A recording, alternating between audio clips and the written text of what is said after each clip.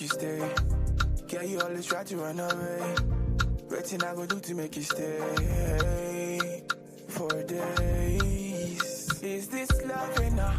Yeah, you know I got that. All right, ladies and gentlemen, welcome to another episode of Jabari Vog Media's Unsavory Politique. I am your host, and I'm here again with my co-host, Alex Flores. And we have a special guest returning to the show, and for the first time on Roku TV with us as well too, Rebekah Jones, who is a data scientist, and also activist. She does a lot, and a whistleblower. You kind of went out there for a second. And we had a whole episode about people. Please understand that Florida administration is crazy. There's some people. I wouldn't even call it that. I'd call it a regime. Why give it the legitimacy of an administration, right? Out of the three of us, I'm the one that still resides here. But I'd like to present Rebekah once again because I'm a supporter, admirer of hers, and been following her. I got convinced to start a TikTok, and she's been doing great videos on there too. That's a great way to go viral. I don't really post politics in TikTok, but I follow some people, including her, on there. Mm-hmm. But on this particular topic, right? Alligator Alcatraz, and it has other nicknames as well.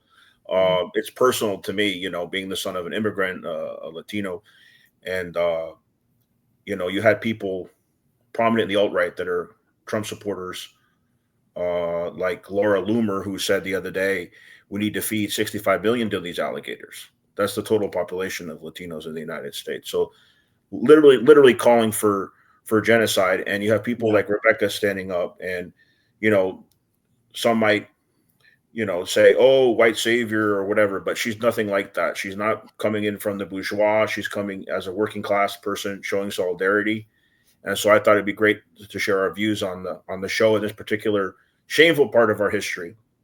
Not only shameful when it comes to U.S. foreign policy and the genocide in Gaza, but shameful among our own people here in Florida with the formation of this despicable concentration camp. So welcome to the show, Rebekah. It's nice to be back.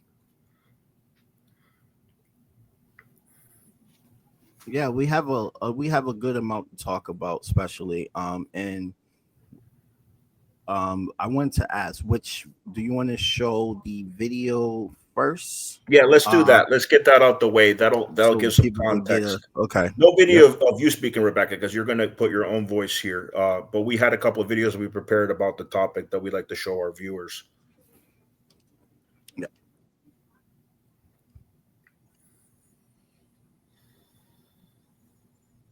Alligators sporting ice hats, and a man assumed to be Donald Trump standing behind them. Alligator Alcatraz, make America safe again. Deep in the swamplands of Florida, far from civilization, is a virtually abandoned 39-square-mile airfield. It's surrounded by deadly wetlands and predators of the marshy Everglades, pythons, swarms of mosquitoes, and hundreds of alligators that roam the area. This is now the site of a new migrant detention center dubbed Alligator Alcatraz. According to Governor Ron DeSantis of Florida, the facility will have the capacity to accommodate about 3,000 detainees when it's fully operational. The first group of migrant detainees arrived on Wednesday. The facility did not exist even last week. It was hastily constructed in a matter of days. Florida's Attorney General James Othmeyer says the facility will mostly consist of tents and trailers. No brick and mortar construction required, which seems not great for Florida's stifling summer heat and humidity and a hurricane season that's predicted to be worse than past years.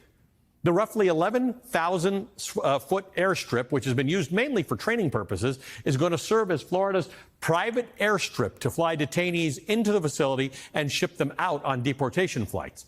As Othmeyer proudly puts it, it's a one-stop shop to carry out Donald Trump's mass deportation agenda. As for security, according to the Associated Press, the facility will be equipped with more than 200 security cameras, more than 28,000 feet of barbed wire, and 400 security personnel. But President Donald Trump, Governor DeSantis, and other proponents of Alligator Alcatraz are counting on the isolation of the area and its natural habitat to further boost security, which is where the alligator cops come in. We have a lot of bodyguards and a lot of cops that are in the form of alligators, you don't have to pay them so much. But I wouldn't want to run through the Everglades for long. It might be as good as the real Alcatraz site. You know, it could be. Well, that's a spooky one too, isn't it? Huh? That's a tough site. With the Alligator Alcatraz, is the idea that if some illegal immigrant escapes, they just get eaten by an alligator or a snake or something? I guess that's the concept. This is not a nice business. I guess that's the concept. If snakes are fast, but alligators are, but we're going to teach them how to run away from an alligator, okay? If they escape prison, how to run away. Don't run in a straight line. Run like this. And you know what? Your chances go up about 1%. President of the United States delighting in the prospect of immigrants being eaten by alligators. A sick and twisted fantasy come to life. In a tweet, Benny Johnson, a MAGA YouTuber. Yeah, I had about just enough of that, right? I don't want to hear what Trump has to say. Just give people an idea. Like we had a couple. Detainees said that he had not been able to take a bath in 4 days, that there was no reliable food and water, and the one time that he was fed since his detainment, the food had maggots in it. A second detainee mentioned that there was no medical or mental health care, and that they kept the lights on 24/7 to prevent people from sleeping, which is actually a form of psychological warfare used in wartime conflicts. The third detainee from Colombia said that his Bible was taken from him, with officers saying, quote, "You have no right to religion here," which is interesting considering I thought that this was a Christian movement. This also violates the Constitution they claim they care about so much. It violates the 4th, 5th, 6th, 8th, and 14th Amendment, which guarantees due process to every single person who has their feet on American soil, not just citizens. And none of these people have been given due process. They haven't been convicted of a crime. They haven't even, many of them have not been able to see legal representation. All of this is happening while immigration czar Tom Homan is saying, we should stop calling ICE officers Nazis. Okay, motherfuckers, when you take your masks off and you have actual credentials and you have warrants, I'll consider not calling you Nazis. When you're not body snatching people off the street because they're not white, I will stop calling you Nazis. Oh, it's about, no, really? Then why hasn't anyone from European nations or white nations who has overstayed their visa been detained? Why did we import a bunch of rich South Africans? Oh, because it's about race, and so I'm going to call you Nazis. When they stop just skipping due process for those brown people, I will consider not calling you Nazis. When we are not building concentration camps, I will consider not calling you Nazis. When we're not deporting people to third countries that they have never been to, I will consider not calling you Nazis. Until then, you're Nazis, you're fascists, and you're fucking evil. She does not mince words. I have to vibe with her on everything but one thing, and that's that the Nazis kidnapped, tortured, and exterminated white people in Europe, which is probably the only reason why we hail them as the most evil people of all time, even though, you had all of this other things happening in other dynasties and cultures. But Nazis had the audacity to do it to white people, and that was truly heinous, and the revisionist history that is, white American history.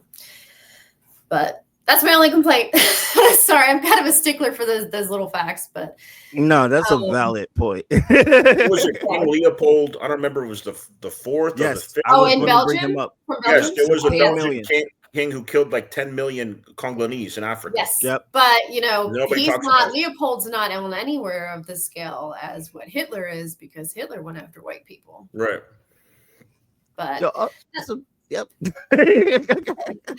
I will say Donald Trump was right about one thing, and that's a very rare thing for him to be.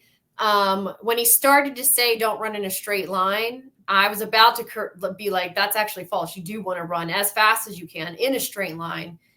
Zigzagging is these people have never seen an alligator run, clearly. You zigzag, that thing's gonna catch you. But it can only run very quickly for very short distances. I heard you got to find higher ground, like go on a car, right? Really? Where it's hard to reach. Yeah, if you get up, obviously. Well, they can climb chain link fences. I saw one do it at my house once in Florida. So, a fence isn't going to protect you. But you want to run straight as fast as you possibly can, or obviously get to higher ground. He was probably thinking about school shooters, like they say, do a zigzag if there's a shooter with an AR-15. Maybe. I mean, it's a really long held myth that you should run zigzag if an alligator. Really? But then he corrected himself. He said they say you should run zigzag, and then you have a 1% more choice. So he basically equated the two, because running zigzag doesn't actually help you. But Was That's just growing up in I'm Mississippi, sorry, and was there? Louisiana, and Florida. I know these things. I'm just going to ask our co-host a technical question real quick. Was there a second Instagram video, or we're going to play that later? There was a total of 3 videos, weren't there? Yeah. We can play that later. Yeah. Okay, we can play that now? Later. Yeah. Okay, yeah, we can play it later. Yeah. But you know, it's crazy because the right says people like Che that went to the Congo and fought for black people was a murderer. But then people like King Leopold, they don't talk about that. It's just, And he's hardly the only one. I mean, if you look at the entire history of Africa and South America and Central America, I mean, honestly, you could say any single place. Churchill in India, North America. Churchill permitted the famine to go on in India. Churchill was a genocider. People say he was a great anti-fascist, but he treated the Indians as a fascist. Yeah, I have Eric Larson's book actually up here on my shelf, The Splendid and the Vile. Churchill was awful. Oh my God, he was the worst. Britain hated him. They basically were like, let's just let him run the war stuff and then he's out. And that's exactly what they did. I mean, the opening scene, I think, to Eric's book is, him in the bathtub demanding butt ass naked, and he was a big man, demanding that his secretary be in there in the bathroom with him when he's naked to write down his random thoughts on unrelated matters. And he has he's smoking a cigar, Yeah. Like 2 people come by to have a serious meeting with him, and he's like still in the bath. He's like, bring them in. And he's having this. I'm like, what is wrong with this person? But no, he was terrible. So how they say the emperor has no clothes? In that case, it was quite literal. He literally had no clothes. He's praised for the way that he fought German aggression in Europe. Yeah. And on that singular note, you let him have it. He definitely waited a long time. He couldn't have cared less about the Holocaust. Guess who praises him? Piers Morgan. Morgan, who was attacking Greta Thunberg while she was being kidnapped by Zionists. He loves Churchill. He's Irish, by the way. I thought he recently coming to. I saw an interview with him and Mehdi Hassan where he was like, I've been very hesitant to accept this evidence, blah, blah, blah. But I mean, it's hard for me to look at this and still feel the same way that I felt before. But, let's see about what he feels about Gaza? Mm-hmm. Oh, okay.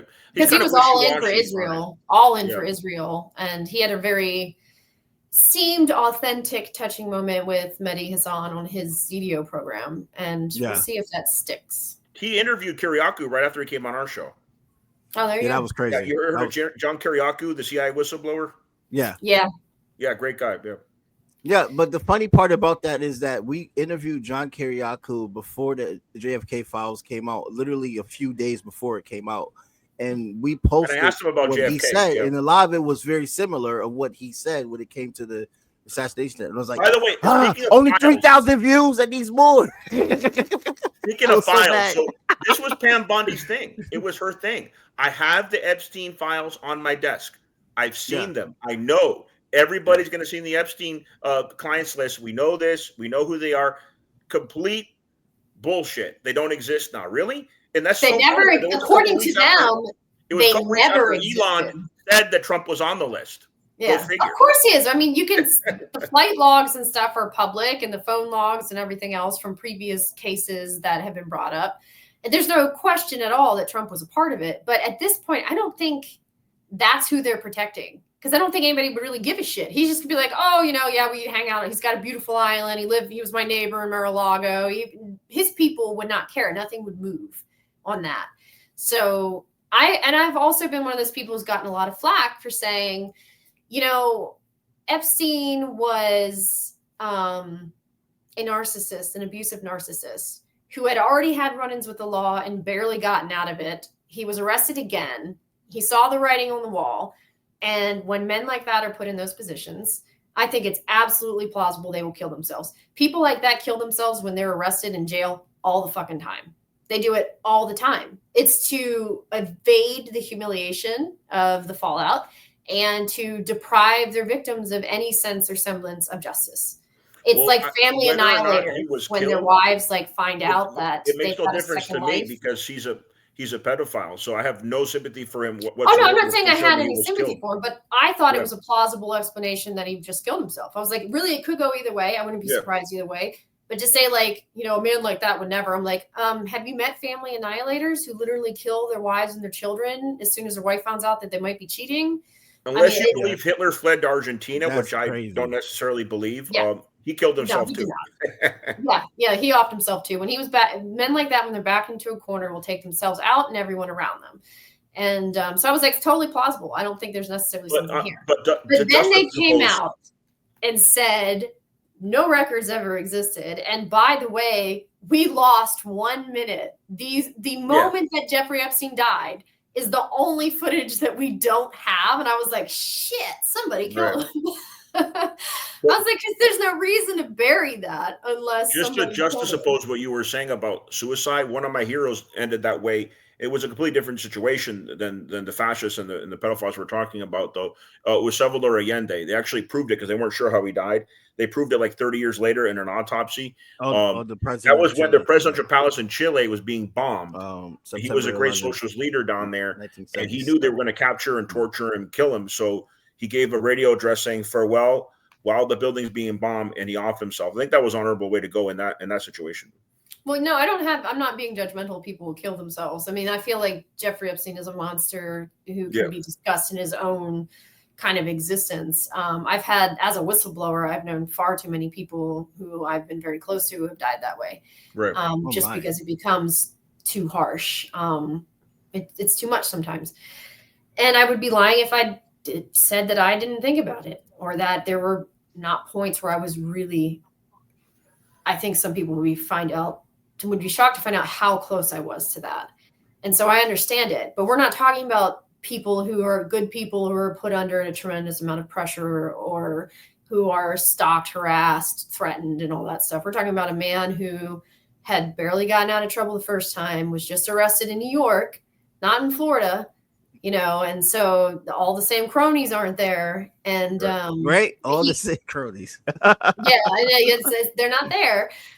There's their own types of cronies, but generally they bat for Team Blue most of the time, unless it's Mom Donnie. Well, now New York City's going to have looks like a new mayor who's progressive, and all the right can say at all times of the hour is he's a Muslim socialist.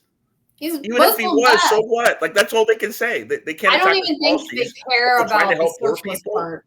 They don't even care about the Democratic Socialist part. They could drop that because it's too complicated to explain to their followers. And they're starting to just unveil it. Like the post from one of them that said something like, 24 years ago we had 9/11 and now we might elect a Muslim mayor. I was like, you just came right out and fucking said it there. and they're like, eating it God. up. I mean, you have to be Islamophobic to still justify what you're doing to God. So there's plenty of Christians there, by the way. But you have to. I mean, there's no other, like, the people that are still hold on to the views that they're somehow defending themselves. They have to come from a position of hate when you've had a genocide going on for so long.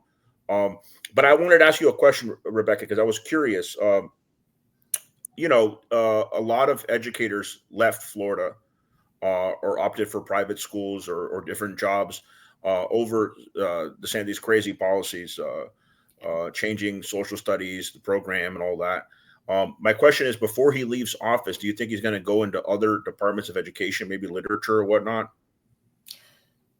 He's right now desperate for relevance. He was humiliated in the primary, and he's kind of like that guy. I can never remember his name. I think he was from Wisconsin, but he was supposed to be the new golden boy of the GOP back in 2008 or 12-ish. Scott something. I think I know who you're talking about, but I don't remember their name either. That's the point. We don't remember his name because he became insignificant. Our caller said he'd be right back. Go ahead. Okay, yeah, Scott Walker. And so Scott Walker, okay. He tanked and then just disappeared. So DeSantis right now is trying to find anything to get himself back in circulation. Well, the Democratic version of that would be Howard Dean. I actually met him once. Remember how Howard Dean, like, they played that clip? Repeated it again and again. And then he was done. I think that was the first time they did that. Then they started using it to attack other other opponents. But now none of those things matter anymore. now politics is so crazy that would be like irrelevant with all the It's craziness. really hard to explain to like young people who are like 20, 21 that it hasn't always been this way. Like I was a very politically astute child, like as a young child. The child that read the newspaper. Yeah, I mean, like not everybody around me or even my family was. And so I was aware that things were very different back then. And it's weird because I'm only 35 and I'm looking at kids who are like 10, 15 years younger than me who have no working memory of what life was before that. Yeah, I'm a little bit older than you, but one of my favorite Mark Twain quotes, by the way, about being informed, the newspaper. Remember how it goes? He said, if you read the newspaper, you're informed. What did he say? He said, if you don't read the newspaper, you're uninformed. If you read the newspaper, you're misinformed. Oh, yeah. Well, I mean, when Mark Twain was around, there were like all of 3 newspapers. Now you can select your level of disinformation that you want. Right. But he saw how the corporations were encroaching on the media in the beginning. It was very critical of it.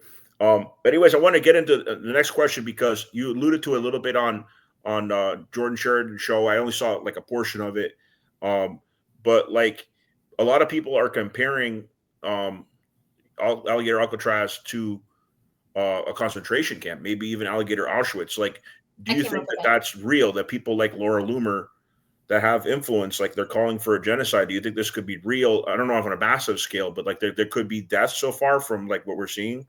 There's already been people who have died, at least a dozen, in these concentration camps across the country. It is an ethnic cleansing because they're being almost indiscriminate as to the legal status of brown people from Spanish-speaking countries that they're picking up and transporting. We've seen them take American residents and U.S. citizens into other countries, deport them to other countries. There was a graduate student nearby here, Khalil, who was taken to Louisiana, what's kind of known as in D.C., they kind of make a joke of it about the Reed prison, which is supposed to be like a hellhole. There really are prisons like that in Louisiana that are like third world hellholes. And they sent him there for 3 months. I'm an American permanent resident. And so we already know that they're getting caught up in those things. And that list was a curated list of targets from an APAC associated group who wanted to go after all the people who had something to do with protests on campus. And so, he was a negotiator. He wasn't even leading those protests. He was a negotiator between the campus and the protesters. So he wasn't even like one of the frankly most irrelevant. It's irrelevant what his role was. Right. He was engaging in activity that is protected by the Constitution. He has legal permanent American status, and he's a permanent resident. His wife is U.S. citizen. He missed the birth of his child. And was held in a, kind of DC villain level type of prison system for months. And they wouldn't even let him see his child after he was born for I don't know, a couple of months or something. Just they denied her to be able to go see him. So it's I mean, these things that was how it started. People seem to forget, but that was like the first round of people were political dissidents, which is exactly how it happened in Nazi Germany. But now, I mean, they're talking openly about the ethnic cleansing of all Hispanic and Latino people from this country, like the tweet that you referenced earlier. By removing an entire subset of people, you are trying to remove an ethnicity from the country through not just forced displacement, but through intimidation and fear. And then you're putting them into tent camps. I mean, they're even tents, for fuck's sake. You're putting them into concentrated camps in the middle of the other day, right? Yeah, it flooded the other day in the middle of the bayou. And if you look at that footage, they still have everything plugged in while it's submerged in water, which, is a great idea to just put your electronics, like somebody's laptop cord is like strung across it. And I was like, they really did find the dumbest people possible. And are you talking about Alligator Alcatraz or in Louisiana? Alligator Alcatraz, which we're not calling that, by the way. I don't know, like, if I was the first person to say it, because I think we all kind of thought it, but I was a very early pioneer for calling it Alligator Auschwitz. Right. Because we are not letting them get away with making this some kind of catchy, cool thing that they're going to sell merchandise on Etsy for. It is a concentration camp. And much like in Nazi Germany, people are going to take pictures outside of it as if it's some like great thing. I mean, that's what they literally would have like entertainment tours of some of these camps before they turned into extermination. There was a woman who was related to a Nazi. I think it was like her great aunt or something. And they had a picture of her great aunt outside of a concentration camp with a picture smiling. And then they had her outside one of the detainment camps. And it's so like clear history repeating itself. Yeah. And we already know that from the over 100,000 people that they've essentially kidnapped over the last almost 7 months, that only 8% of those people have any violent criminal prosecutions or convictions in their history. So that means that 92% of the people that they are arresting have no violent criminal history, none at all. And they're just kidnapping them in broad daylight in the back of unmarked vans wearing masks. I mean, and a lot of them, there's a lot of speculation that these aren't even officially ICE members, that these are bounty hunters, who are getting paid per head. And I heard that a lot of them are members of the Proud Boys too.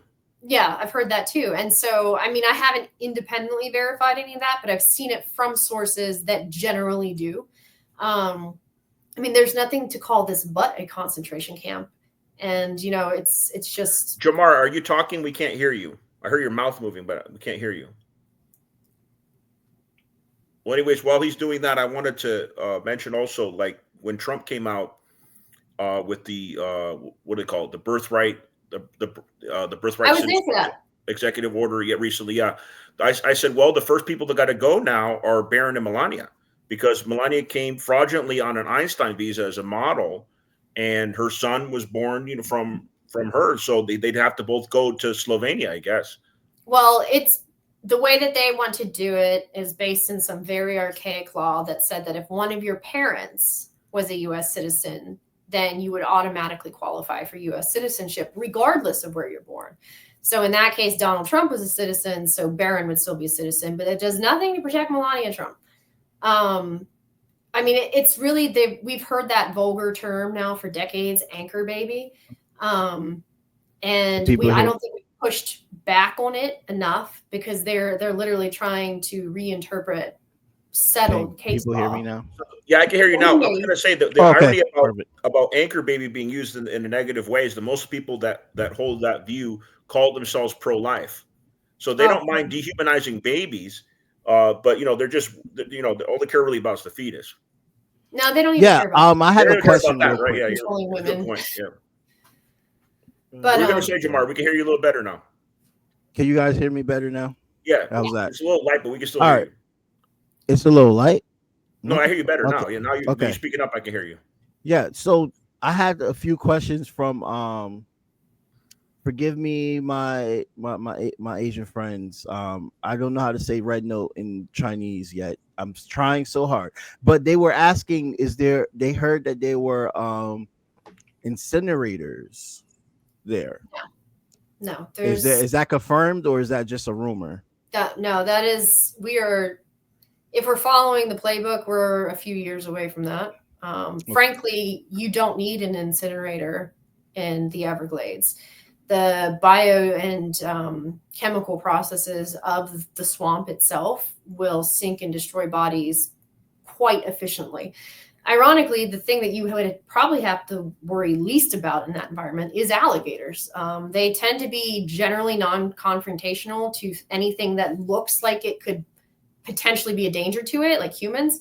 Those giant alligators that you see that are, rumored to be like 100 years old, they got old because they're smart, and they don't go after prey that could potentially be dangerous to them. Now, you go and you screw with one, or you happen upon a nest or something like that, that's a completely different thing. But of all the things that could kill you out there, they're actually not that high on the list. Although I remember when I went, after I went to Standing Rock, I went to an encampment in the Everglades with my Seminole comrades, and we were taking a riverboat out to Tier Island, and an alligator approached our boat, and the Seminole clicked its tongue and said a few words in its native language, and the gator left. You could have poked it with an oar and it would have left.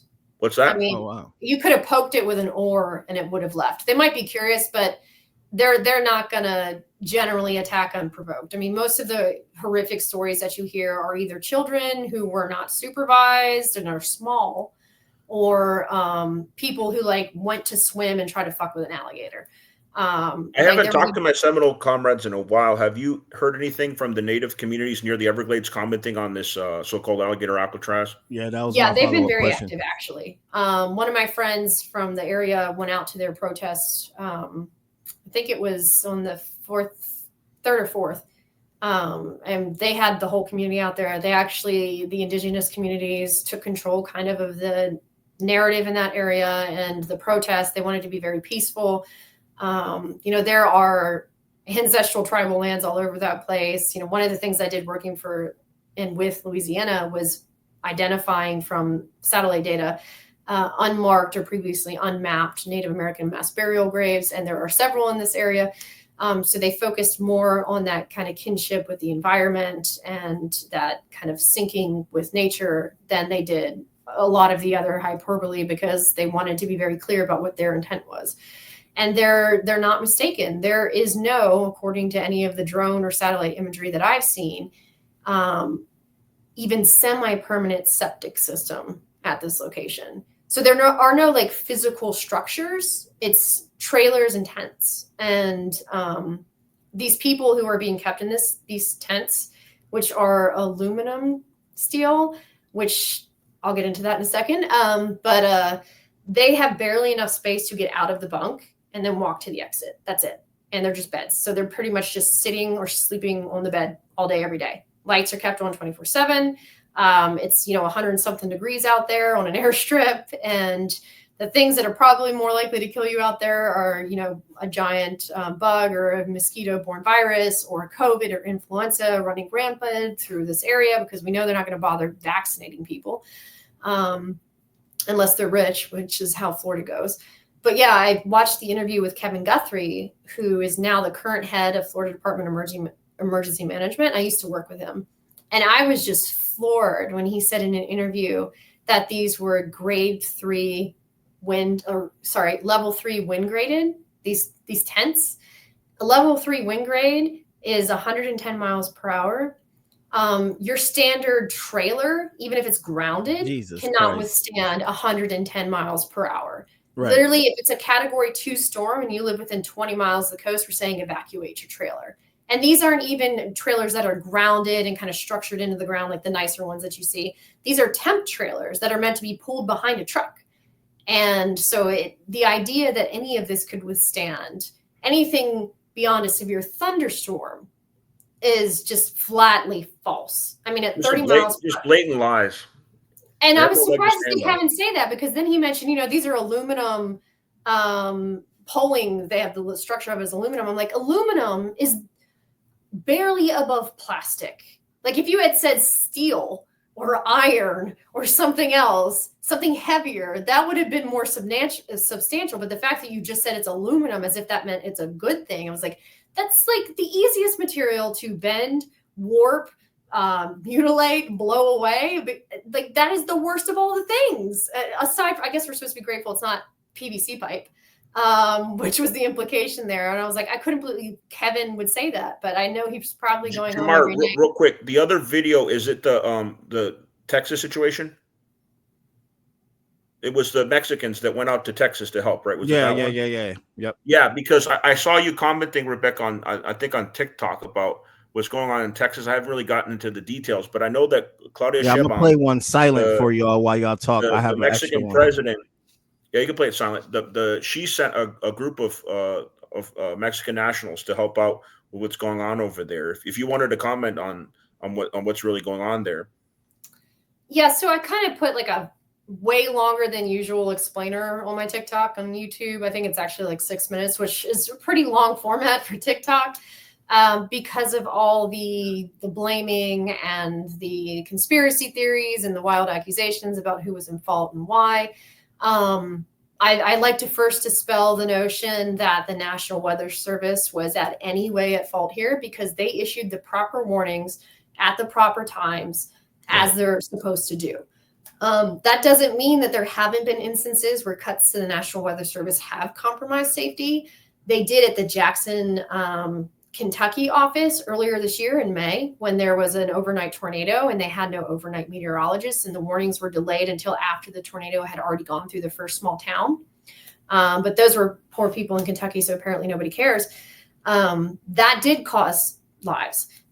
This situation was not that. All of the warnings were issued as they should have been with plenty of time. You know, if we're talking about the camp situation, every other camp on that river evacuated in time. Actually, some of the people who